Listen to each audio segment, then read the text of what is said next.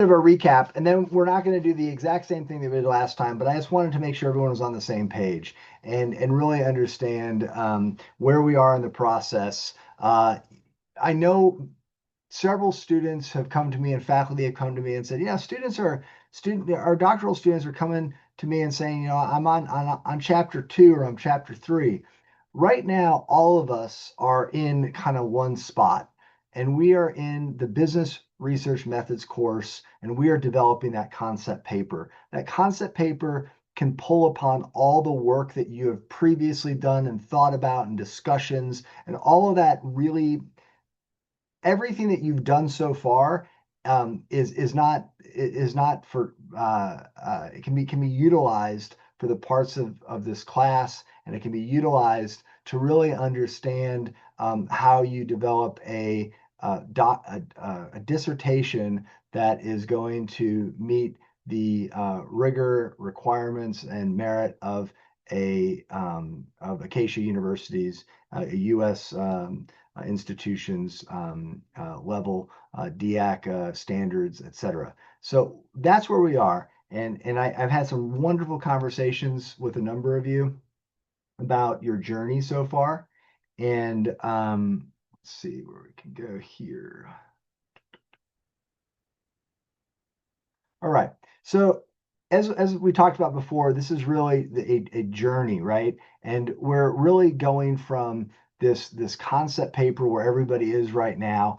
After this course that you're in right now, the business research methods, which everyone knows was extended, that 8-week course became a 16-week course. After that, you're going to go into your comprehensive exams. The provost, the faculty, and I are working on your comprehensive exams right now, and we're going to be issuing some information on that about when you will actually take those and what format it'll be in. And you should have something in the next couple weeks.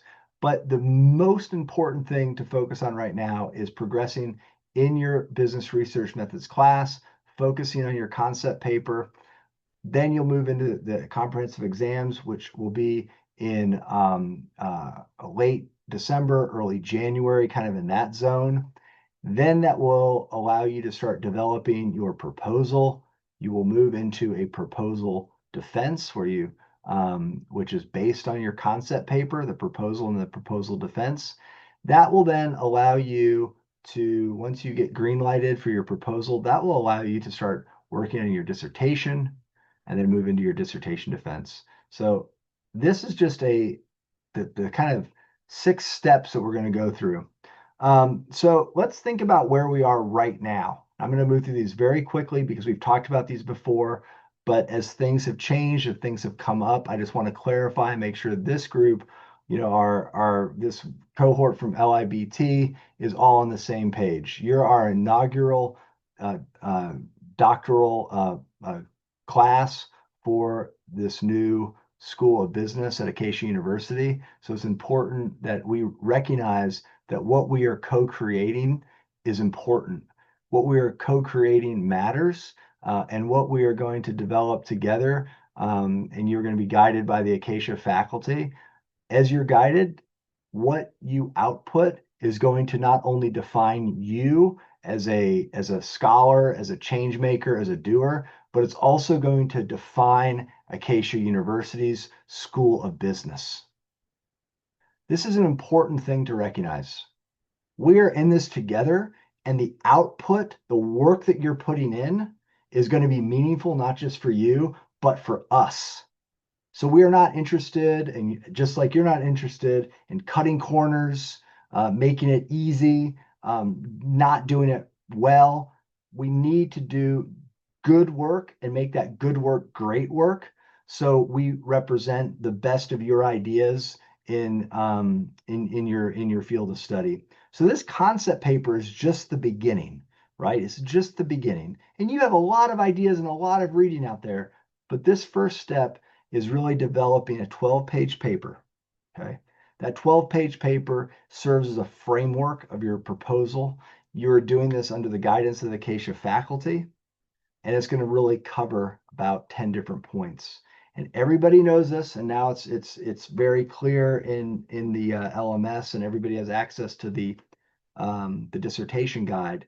But we're really looking for these several things of an introduction, lit review, problem statement. So if you have not visited the dissertation guide, please go back to that and really go and take a deep dive. It goes down to the format, what the title needs to look like, how long your introduction should be, how long your lit review topic should be, your problem statement.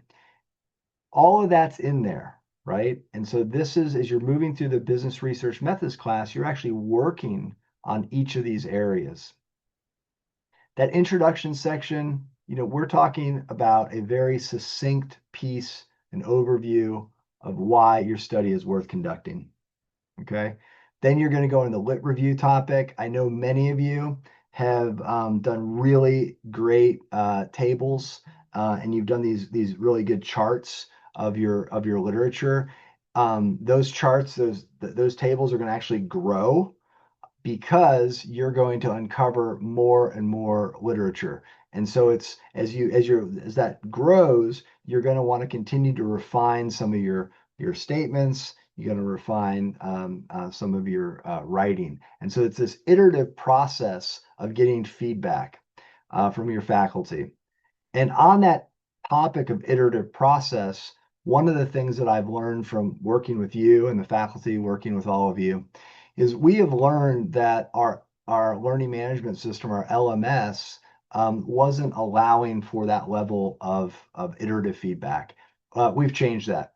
We're modifying the LMS to allow for you to get more timely feedback and be able to upload changes as we move through the course. And this will be evidenced, in the coming weeks. Okay.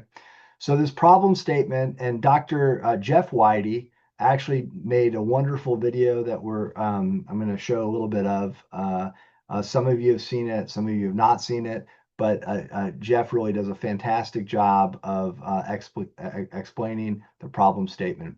Purpose of the study is another area that I know that you guys are thinking a tremendous amount about. Jeff touches upon this as well. Dr. Whitey touches upon this, where he talks about the specificity of your study. Dr. Ford has also provided a video, and some of you have seen it, some of you haven't, but it's going to be available to all of us to learn Dr. Ford's perspective on designing quantitative and qualitative research questions, mixed methods approaches to your research. In the coming weeks, we're going to start looking at methodology and design. I know some of you are already starting to think about data collection and analysis. I have talked to a number of students. When we're talking about data collection, we need to talk about what data is really available to us, right? We can say that we want to do 100 interviews, and those 100 interviews are going to give us a lot. And yes, Rhonda. Make me co-host. We've got some people in the waiting room and I'll monitor it.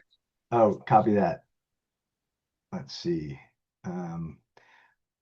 So as we kind of move through some of the data collection, what we can do is again, it's learning what you have access to, what data is actually going to speak to the research question that you want. So I gave you my advice last time about the concept paper being a roadmap, looking for the gaps, these types of things. But really, what I would like to do is make sure that all of you have access to these links. And I'm gonna pull one of these up. I think just to give you an example, and I think that Dr. Jeff Whitey's students have seen this, but not everybody has seen this. And so I'm going to pull this over here. Hi there, KC DBA students. My name is Jeff Whitey, one of the faculty for KC University, and I wanted to go over a quick workshop with you on how to develop a problem statement effectively. As you look over the dissertation guidelines for Acacia, you'll see that there's a few different requirements that we have for our problem statement. The first of which is going to be that it has to start with some kind of a declarative statement of the problem. We have to really understand what that problem is and why it's the crux of exactly what we're trying to solve within our business study. We're going to be using our background of the study to really focus on this, and we want to talk about things such as if it's not known to a certain extent or degree, kind of quantitative focus, or if it's not known how or why, kind of a qualitative focus. We also want to focus specifically on a population of interest within the affected problem. I just want to double check. Can you guys see that? Yes. You got it? Okay. Just Yep. double checking because my green share bar went away. So what I want everyone to take note on is these presentations are now available to all students. And this is our school, your school of business, your DBA program, your faculty at Acacia University meeting you where you're at. We've gotten the last 8 weeks to get to know each other a little bit, right? And these faculty are 1 or 2 or 3 moves ahead of you guys right now, right? These faculty represent where you want to go with get that doctorate degree, go and make an impact in your sector, go and make a change in your field, right? Be that change maker. They're identifying some of the things that need to be worked on, and I think it's very important to recognize that these videos are going to be available. Dr. Jeff Whitey has made this, so I'm just going to play a little bit more of this, just so you get a sense of the level of quality and care that we're really providing you to address these problem statements. And I will tell you that the problem statements, everyone's problem statements can be improved because it is the more you read, the more you can develop your ideas. Population will make it very difficult for you to do your research. We need something that's going to be tailored down to the individuals that you're going to be focusing your research on. So your problem statement needs to reflect on that population of interest. We also have to discuss what kind of a unit of analysis that we're going to be doing. For qualitative studies, this might be discussing how a phenomenon is being studied. For a quantitative study, this is going to be discussed in terms of your variables and your variable structure, such as is it operational or measurement based? And then also, it's important to discuss the important scope and opportunity of the problem and how we're going to address that problem within our problem statement. And this all has to be contained within one paragraph.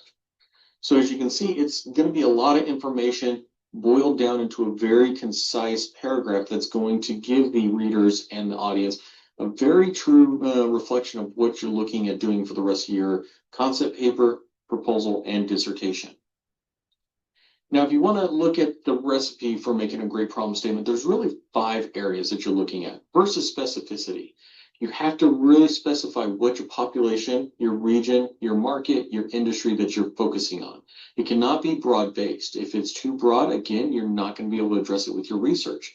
Now, your research may be trying to focus on something that's a broader scope for an industry or a population, and that's fine that we can look at that later on in our future research or our conclusions. But for now, we're really just focusing on that specific area that we want to address. Secondly is our research gap. We really have to identify 2 things. What existing research has been able to cover so far and what is not known currently. Those 2 elements are then going to address our research gap, which is going to take us from our current state to our future state. Understanding where are we going from where we were to where we are going. Next is this has to have a business problem. Being that this is a Doctorate of Business Administration program, you have to have a business problem. That can be organizationally, that can be managerial, that can be some kind of a challenge that is having quantifiable business impacts. And we have to be able to say what the consequences are for those not being attained. Next is significance and impact. When we talk about our research gap, when we talk about our business problem, we have to show the significance of it. We have to have some kind of evidence of scale. We have to discuss some kind of a unit of analysis or we have to have some kind of broader implications. We have to show if this isn't happening, what is the impact? What is the significance of this going to be? Whether it's going to be in the population that we're studying, the market that we're studying, the industry that we're studying. And lastly, conciseness and clarity.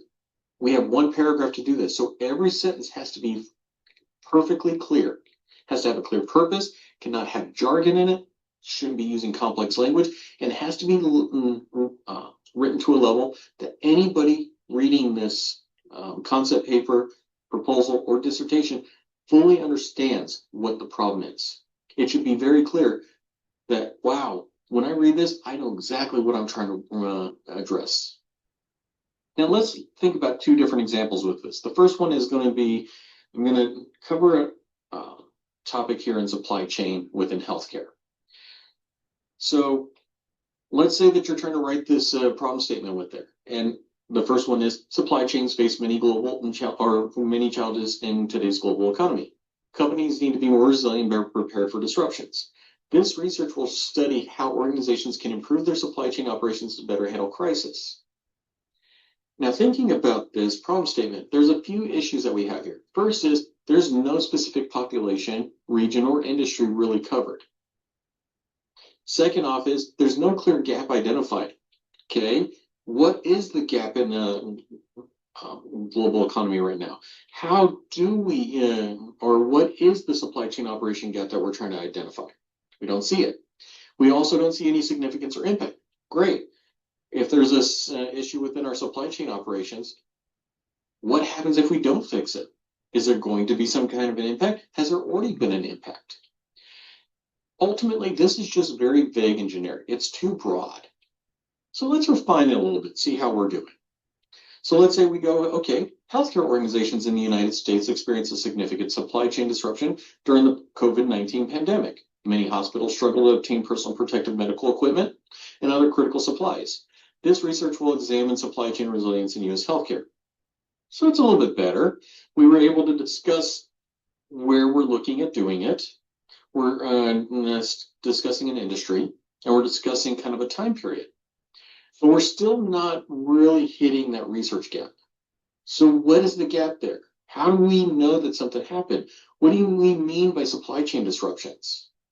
Is it too broad to say healthcare organization? Does that include hospitals, clinics, behavioral health, dentistry, pharmaceutical, laboratory? What area? Also, is it too broad to just say United States? Should we be focusing on a specific region? Also, so what? Why does this matter, especially from an academic standpoint? So we want to dig in a little bit deeper on the next example as well. So let's think about a really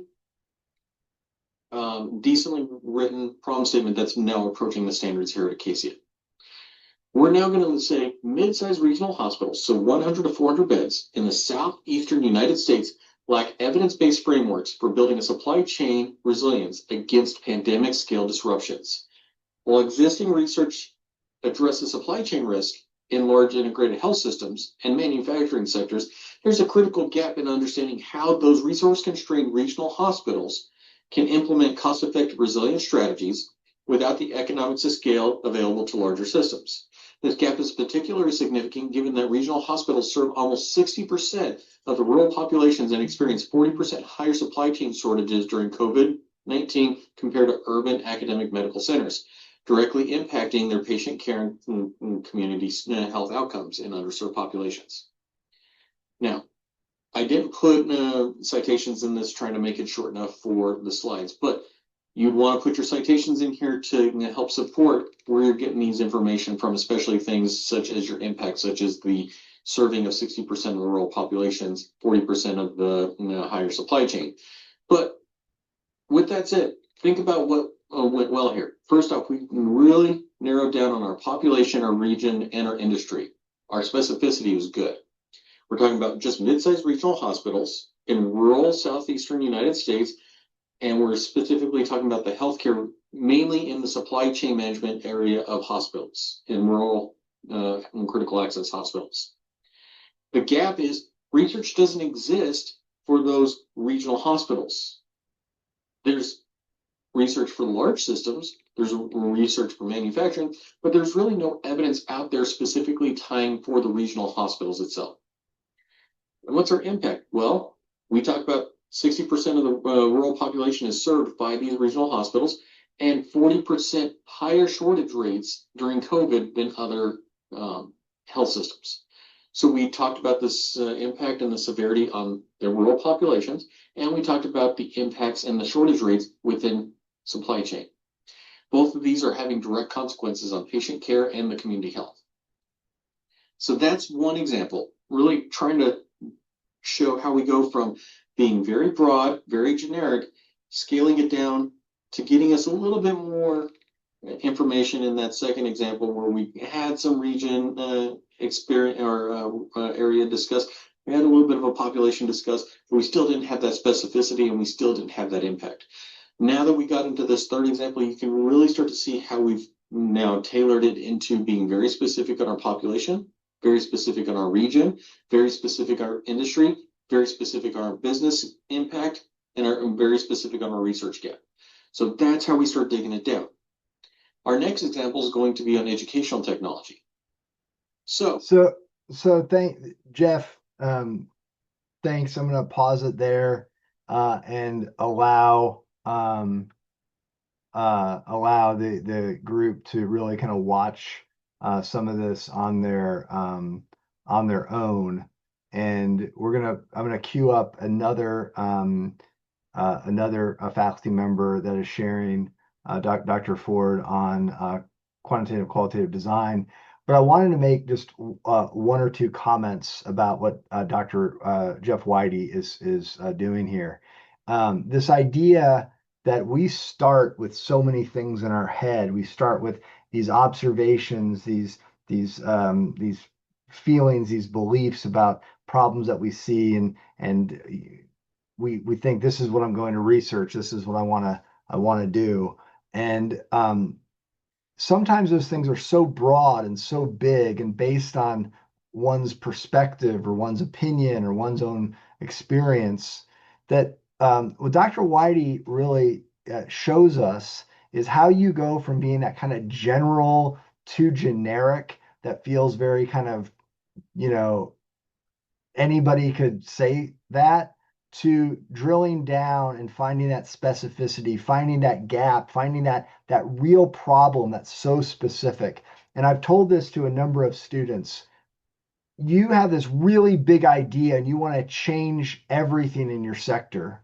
You want to create something completely new and make massive impact. You're going to do that across your lifetime once you are minted as a DBA. The dissertation is actually not the last thing that you write, but it's the first thing that you write as a scholar. Once you establish yourself as somebody that knows how to go specific and deep and make that point that is grounded in evidence and creating new knowledge and driving solutions in your sector or your company, that's when you become the change maker. That's when you become the thought leader in your field. And I have said this to many of you that I've talked to. Your ideas are brilliant.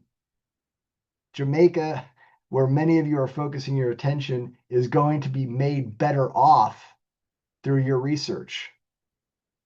But we got to zoom down. We got to go deeper. We got to be more specific. And once you're specific and you're able to demonstrate that you can do that deep dive in research and analysis, that opens up the door for you to move to the next thing and the next thing and that next thing that connects to that other thing, that you really think is cool, and you start connecting the dots. But you're not going to do that in one paper. You do that across your lifetime with a research agenda, and that agenda might change as the world does. So I really I love what Dr. Whitey did here. I think it's sharp, it's right on point. I want to queue up another amazing faculty member that we have to highlight a little bit. I don't know if we'll make it to Dr. Nikki Whitey in her research bias, but I will tell you, you should definitely watch that as well. So here's a little bit from Dr. Ford.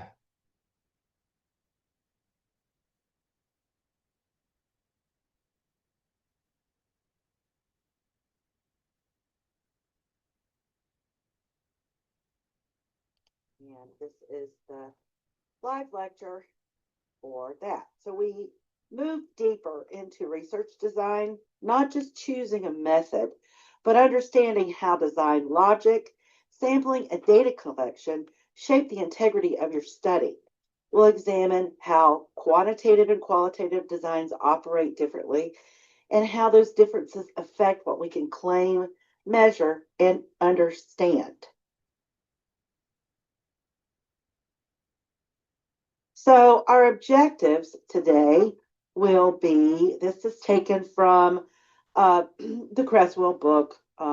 This lecture is building directly on chapters 8 and 9, and it expands on last week's method overview. We'll move into the strategic decisions that shape rigorous research, from sampling and instrumentation to integration and ethics. You'll be able to apply these insights directly to your dissertation planning and proposal development. So first, let's look at the quantitative design, structure, and control. Quantitative research is fundamentally shaped by a post-positivist worldview. It assumes that reality is objective, measurable, and knowable through systematic observation and statistical inference, and that comes from Cresswell. This paradigm drives a deductive approach where researchers begin with a theory or hypothesis and design a study to test it using measurable variables and structured procedures. This design is fixed, meaning that all variables, instruments, and data collection protocols are determined before your study begins.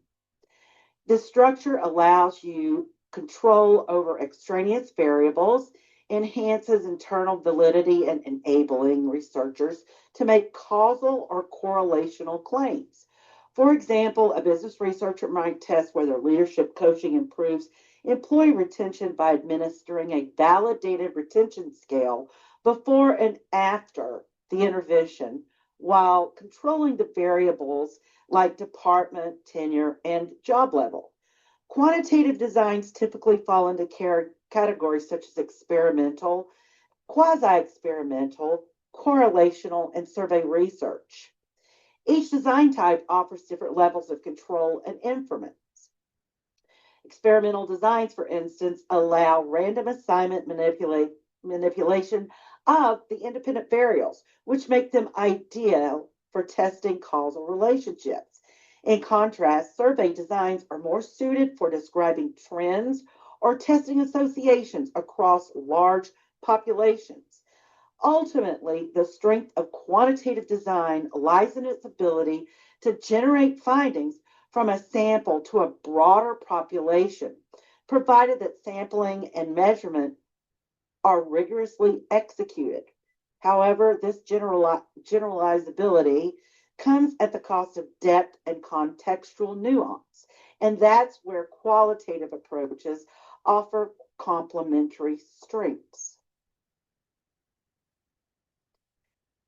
So, qualitative design logic is where qualitative research is grounded in constructivist and interpretivist paradigms.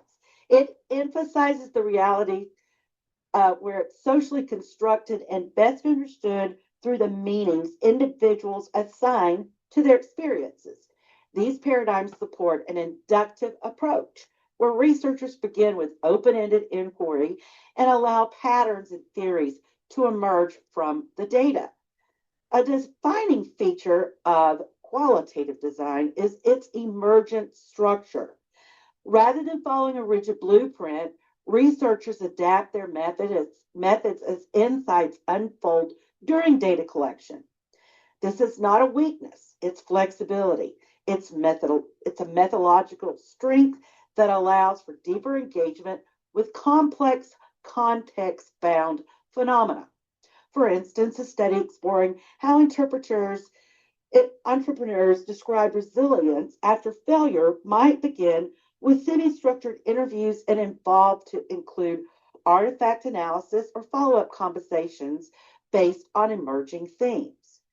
Qualitative designs such as phenomenology I have problems with certain words and pronouncing them.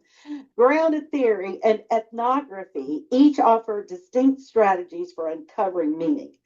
In constructivist grounded theory, for example, researchers co construct knowledge with participants, emphasizing reflexivity and social justice. Reflexivity, the researcher's critical awareness of their own positionality, is essential throughout this process.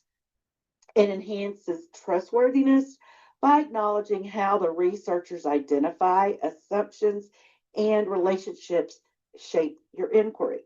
Ultimately, qualitative design is ideal for exploring how and why questions, especially when the goal is to understand lived experience, symbolic meaning, or even emotional nuance.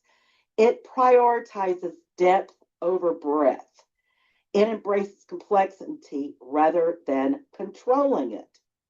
So, in both types of research, you uh, you need to choose sampling. So, quantitative. I'm gonna pause. I'm gonna pause right there and uh, just reflect a little bit on what Dr. Ford presents, and it's important, and it's important to hear these things more than once.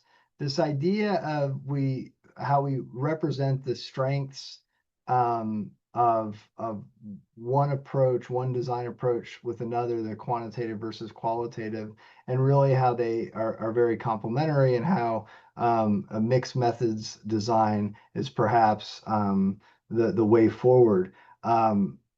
Dr. Jeff Whitey, I think he defines his dissertation as qualitative or largely qualitative. I did a mixed methods.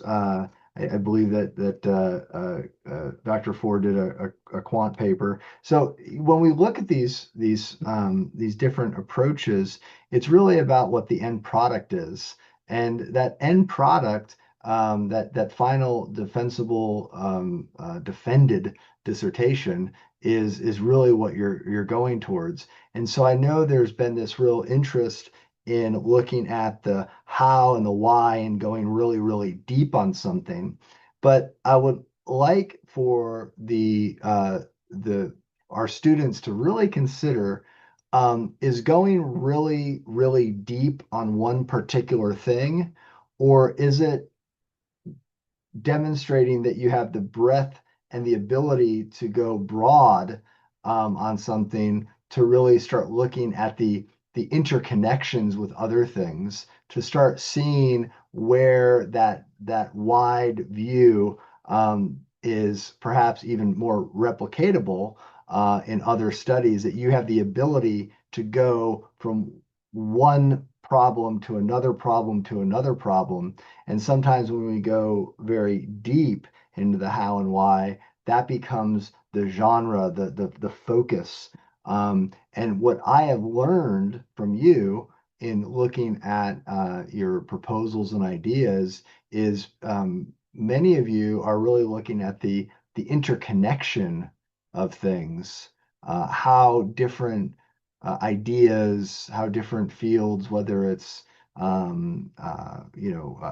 e- economic disparities between rural and urban populations, uh, unbalanced access to education, human resource policies in a changing economy in Jamaica, the increases in wage and the way workers are treated, and how people feel with different leadership models. All those things all kind of interconnect, and it's important to think how we approach our study, and going back to what Dr. Whitey said, being very, very specific. So I'm going to stop there. We are at the 45-minute marker. And I want to thank everyone for joining today. We had a record turnout of 57 students. We're joined by our faculty. Dr.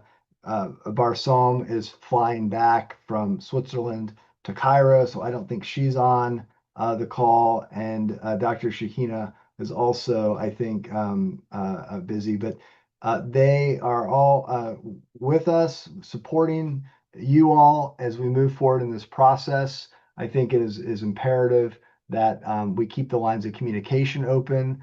I will be looking for your comments and feedback via email. I believe that we can still, we should be doing more of these. I believe that the faculty are going to continue to develop content, and let's keep those lines of communication open as we advance. The clock is ticking.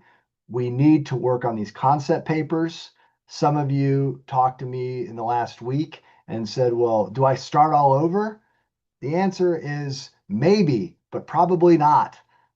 Let's come up with a topic that is doable, that is specific, that is going to keep you excited and allow you to move through this program.